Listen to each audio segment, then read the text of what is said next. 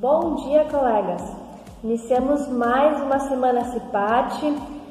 Estamos hoje aqui, eu, a Sabrina, presidente da CIPA, juntamente com a enfermeira Gabriela, que faz parte da CCH. A gente vai iniciar nossa semana CIPAT trabalhando a NR32. Então, Gabriela, bom trabalho para nós, então, e vamos lá. Olá a todos os colegas. Vamos conversar sobre a NR32, que fala sobre segurança e saúde no trabalho e serviços de saúde. Como que essa norma surgiu? Foi devido ao grande número de adoecimentos e afastamentos de trabalho. O Ministério do Trabalho e do Emprego, então, atendendo às várias solicitações das entidades, inseriram na legislação brasileira, no ano de 2005, essa norma regulamentadora. Ela tem como linha condutora, então, adequar o ambiente de trabalho para preservar a segurança do profissional de saúde. Todo profissional de saúde está exposto e vulnerável a acidentes de trabalho. Cabe aos profissionais da saúde conhecer, respeitar e contribuir com o cumprimento desta norma. Então, para cada situação de risco existente dentro da nossa instituição, é colocado medidas preventivas. Quais são os riscos que temos dentro da nossa instituição? São os riscos biológicos, químicos, radiações e os resíduos. O risco biológico, então, são os micro-organismos capazes de provocar alguma doença no homem, vírus, bactérias, protozoários, parasitas, fungos, entre outros. E entre eles ainda está a HIV, a hepatite B, a herpes, entre outros ainda. Os profissionais de enfermagem são os que estão mais expostos a esse risco biológico, de contato direto com o paciente. A gravidade dos acidentes com pérfuro cortante está por ser a porta de entrada de doenças infecciosas e letais, como pode ser a hepatite B, C e a AIDS. A NR32 traz que é vedado o reencape de agulha. Justamente por isso, a instituição, desde o ano passado, fez a compra de dispositivos com segurança, para não acontecer mais o reencape de agulha. O reencape de agulha é vedado justamente pelo risco que ocorre em estarmos expostos a um possível acidente de trabalho com material biológico. Lembrando que sempre o uso de todos os EPIs, luva, avental, o óculos sempre que necessário. A NR32 traz também que uma agulha contaminada com agente, estima-se que o risco de contaminação com o vírus da hepatite B é de 6 a 30%, com o vírus da hepatite C é de 0,5 a 2% e com o vírus da AIDS de 0,3 a 0,4%. Entre 30% e 35% dos casos das exposições percutâneas estão associadas à retirada de sangue ou pulsão venosa periférica. De 60% e 80% das exposições ocorrem após a realização do procedimento e podem ser evitadas com práticas de precaução padrão e com uso sistemático de dispositivos de segurança. Assim como as agulhas com dispositivo, temos também os abocados com os dispositivos de segurança. O uso da luva é essencial. Os trabalhadores precisam, sempre que utilizar os materiais pérfuro cortante, descartar eles na caixa descarpar, obedecendo sempre então o limite de preenchimento da caixa. O que a NR32 traz muito também é sobre a lavagem das mãos, algo que a gente vem falando muito na nossa instituição desde 2019, que são os 7 passos para a higienização das mãos. Precisa contemplar todos esses passos para ter uma perfeita higienização das mãos. Esses passos estão em plaquinhas pela nossa instituição, em pias, nos corredores, no momento que usa álcool gel ou higienização das mãos com água e sabão. O que a NR32 fala também sobre trabalhadores com feridas expostas ou lesões nos membros superiores precisam passar por uma consulta médica antes de retornar ao trabalho. Uso dos adornos também. Profissionais em assistência com paciente, equipe de enfermagem, nutrição, higienização, lavanderia, então precisam estar atentos sobre o uso dos adornos. Como o CCH também lembra que nesses objetos, nesses adornos, exige a proliferação desses micro-organismos, né, que são as bactérias, os vírus, eles acabam crescendo nesses locais. Se higienizarmos nossas mãos com adornos, não vamos conseguir secar entre eles, né? Dentro desses adornos. Ali cria os bichinhos, né? Os micro-organismos crescem ali. A gente pode estar transmitindo ele para um paciente ou até familiares da nossa casa. O que são adornos tudo, então? Alianças, anéis, pulseiras, relógios, colares, brinco, broches, piercings expostos. Esta proibição estende-se a crachás pendurados com cordão e também gravatas, tá? Unhas limpas, então, aparadas, preferencialmente sem esmalte ou uma coloração clara. E lembrando que para o setor da nutrição não é permitido esmaltes, né? Como eu já havia falado antes, então, anéis e alianças acumulam gotículas de água e sabão após a lavagem das mãos, tornando um ambiente perfeito para a proliferação desses micro-organismos. Adornos são objetos que podem facilitar que um risco previsto se torne um acidente, como assim, pode puxar uma criança. Então, a equipe de enfermagem, então, usa um brinco pequeno, né? Não pode usar mais de 2 centímetros, então, isso então tá ok para a nossa instituição. Sobre a vestimenta, então, uso de calçado fechado, aquele que não deixa exposto o calcanhar, laterais e o dorso do pé. Vestimentas apropriadas também para cada setor, então, calça comprida, ou jaleco, ou conforme é priorizado em cada setor aqui da instituição.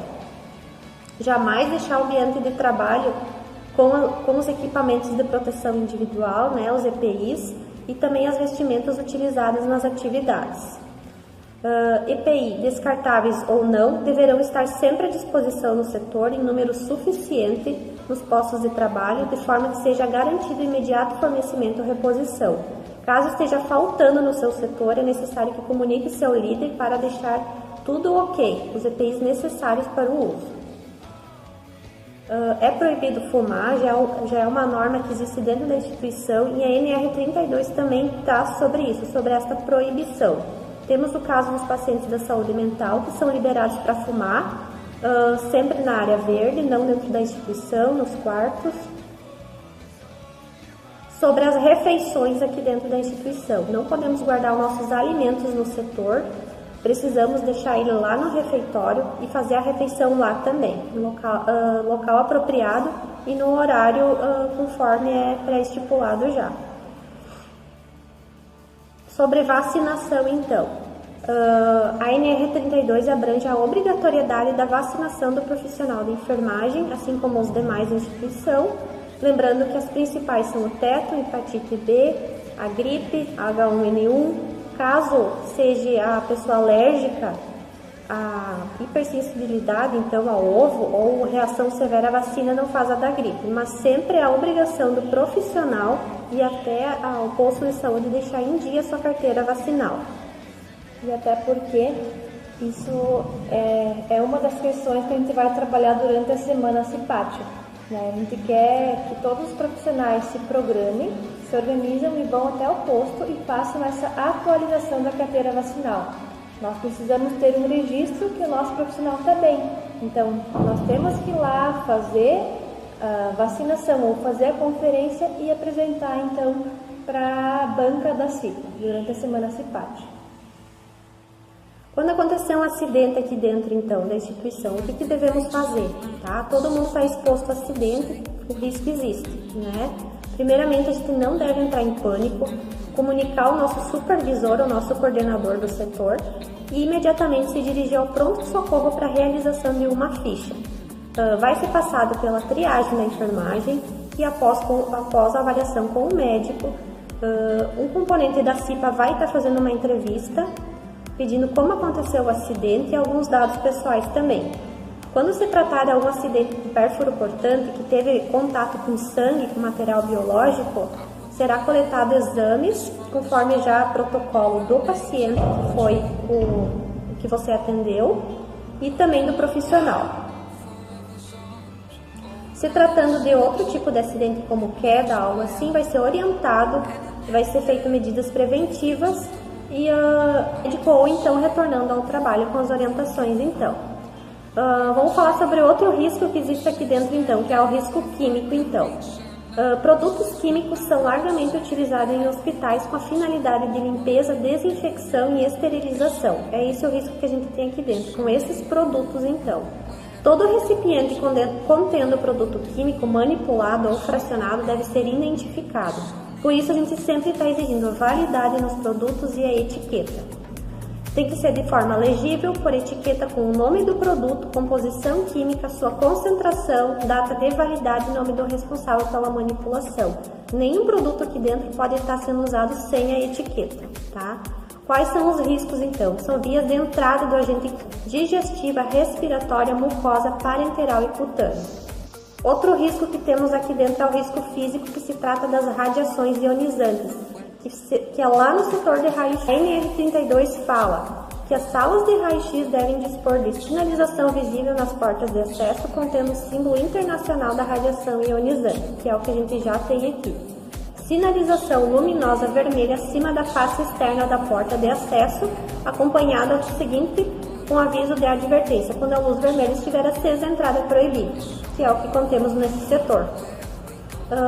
Lá nesse setor então de raio-x, o que o trabalhador deve saber de lá de dentro? Permanecer nessas áreas o menor tempo possível para a realização do procedimento, estar capacitado inicialmente de forma continuada com proteção radiológica, usar os EPIs adequados para minimizar os riscos, e toda trabalhadora com gravidez confirmada deverá ser afastada das atividades e ser então dirigida a outra atividade. Resíduos também, então, é um risco que a gente tem aqui dentro, tá? São infectantes, então, os riscos infectantes, que são a classe A dos resíduos, que se trata, então, do risco biológico junto, tá? Que são as culturas, as vacinas vencidas, sangue, órgãos, pérfuro cortantes, fluidos. Resíduos especiais, que são a classe B, então, que é o rejeito radioativo, resíduos farmacêuticos e químicos. E o risco comum, o resíduo comum, que é a classe C, então, que se trata dos resíduos das áreas administrativas, limpeza de jardins, etc. Gostaria de lembrar a todos também sobre alguns deveres que temos aqui dentro, tá? Submetermos, então, a exames médicos admissional, periódicos, de retorno ao trabalho, de mudança de função e demissional, participar das palestras de assuntos da empresa, então, uso dos EPIs, lembrar de sempre anotar na ficha individual que cada um recebeu, não correr nas dependências da instituição, exceto em situações de emergência. Algumas recomendações para casos de Covid-19, suspeitos ou confirmados, se tratando de pacientes. Fazer o uso correto de todos os EPIs fornecidos pela empresa e conforme os treinamentos que foram realizados, manter sempre os ambientes ventilados, realizar a desinfecção de objetos utilizados pelo paciente e jamais, então, esquecer da higienização das mãos. Gostaria de agradecer a todos pela atenção e tenham um bom dia.